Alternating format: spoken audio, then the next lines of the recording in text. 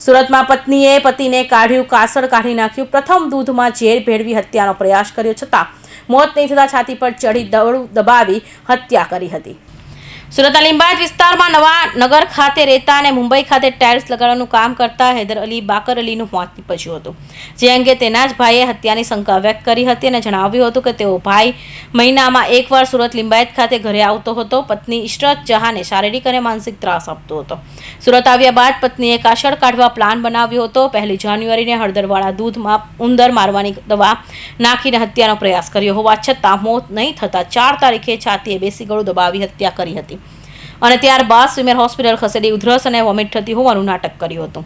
જોકે ફરજ પરના હાજર તબીબે મૃત જાહેર કર્યા હતા. હોસ્પિટલથી વર્દી મળતા પોલીસે પીએમ કરાવ્યું હતું. જે બાદ લાશનો કબજો પત્ની અને પરિવારને સોંપ્યો હતો. તો તે દફન વિધિ લઈ પત્ની અને મૃતકના ભાઈ વચ્ચે માથાકૂટ થઈ હતી. મૃતકના ભાઈને શંકા જતાં પોલીસને જાણ કરી હતી. જે બાદ ફોરેન્સિક પીએમ કરાવતા સમગ્ર મામલો સામે આવ્યો હતો અને પોલીસ પૂછપરછમાં પત્ની પડી ભાંગી હતી. પોતે હળદરવાળા દૂધમાં ઉંદર મારવાની દવા નાખી હત્યાનો પ્રયાસ કર્યાની કબૂલાત કરી હતી અને તેમ છતાં મોત ના થતાં 5 જાન્યુઆરીએ છાતી પર બેસી ગળું દબાવી હત્યા કરી હતી. તો પત્નીએ એમ પણ કહ્યું હતું કે વારંવાર શારીરિક માનસિક ત્રાસ આપતા હત્યા કરી હતી. હાલ તો બનાવને લઈને લિંબાયત પોલીસે ગુનો નોંધી તપાસ હાથ ધરી છે.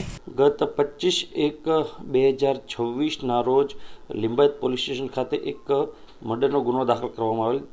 બનાવ એવી રીતનો હતો કે 5 જાન્યુઆરી 2026ના રોજ એવો બનાવ બનેલો હતો કે એક મરણ જનાર છે હૈદર અલી બાકર અલી 39 વર્ષના, કે જે મુંબઈ ખાતે મજૂરી કામ કરતા હોય અને અહીંયા સુરત નવાનગર લિંબાયત ખાતે રહેતા હોય.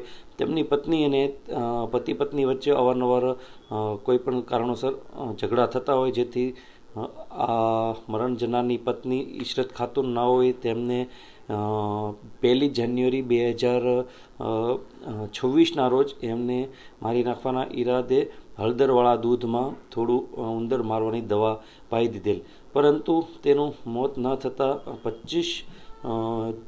5 જાન્યુઆરી 2026ના રોજ તેમના ઉપર ગળું અને છાતી દબાવીને તેમનું મોત નિપજાવેલ. જે ત્યારબાદ તે એમના મરણ જનારની પત્ની ઇશરત ખાતુન છે, જે એમને સ્મિમેર હોસ્પિટલ ખાતે વધુ સારવાર માટે લઈ ગયેલ, પરંતુ ત્યાં તેમને મૃત જાહેર કરેલ. ત્યારબાદ તેમનું પીએમ કરાવી અને પોલીસ તેમના ડેડ બોડી તેમના વાલી વરસને સોંપેલ. આખો ઇસ્યુ ત્યારે બહાર આવ્યો કે જ્યારે નવાનગર ખાતે મરણ જનારનો ભાઈ મીન્સ કે ફરિયાદી અરશદ અલી છે, એ તે મૂળ મોતીહારી એટલે કે પૂર્વી ચંપારણ બિહારના વતની હોય અને તેના ભાઈને દફન વિધિ માટે બિહાર લઈ જવાનો હોય, પરંતુ મરણ જનારની પત્ની ઇશરત ખાતુન છે કે જેઓ તેના પતિની જે ડેડ બોડી છે તેમને દફન વિધિ કરવા માટે સુરતમાં દફન કરાવવા માટે તે આગ્રહ રાખતા હોય, જેના અનુસંધાને બંને ભાઈ અને ભાભી મીન્સ કે ભાભી અને દિયરને બોલાચાલી થતાં એને શંકા જતાં તેમણે લોકલ પોલીસ સ્ટેશનનો સંપર્ક કરેલ. ત્યારબાદ લોકલ પોલીસ સ્ટેશન તરફથી અમારા સિનિયર એસીપી શ્રી અને ડીસીપી અધિકારી શ્રીને જાણ કરી અને સદર જે પોસ્ટમોર્ટમ થયેલું હતું તેમનું રીપીએમ અને ફોરેન્સિક પ્લસ પેનલ પીએમ કરાવવા માટે તજવીજ હાથ ધરવામાં આવેલ. ત્યારબાદ સદર બનાવ અનુસંધાને ડૉક્ટરશ્રીએ ફાઇનલ કોઝ ઓફ ડેથ મરણ જનારનું આપેલું હતું કે asphyxia due to compression over chest and neck, એટલે કે ગળા અને છાતી દબાવવાથી મરણ જનારનું મૃત્યુ થયું હતું.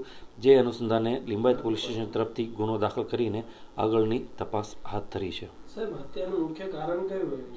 મુખ્ય કારણમાં મરણ જનારની પત્ની છે તેમણે ગળું અને છાતી દબાવીને તેમને મારી નાખેલી હતી.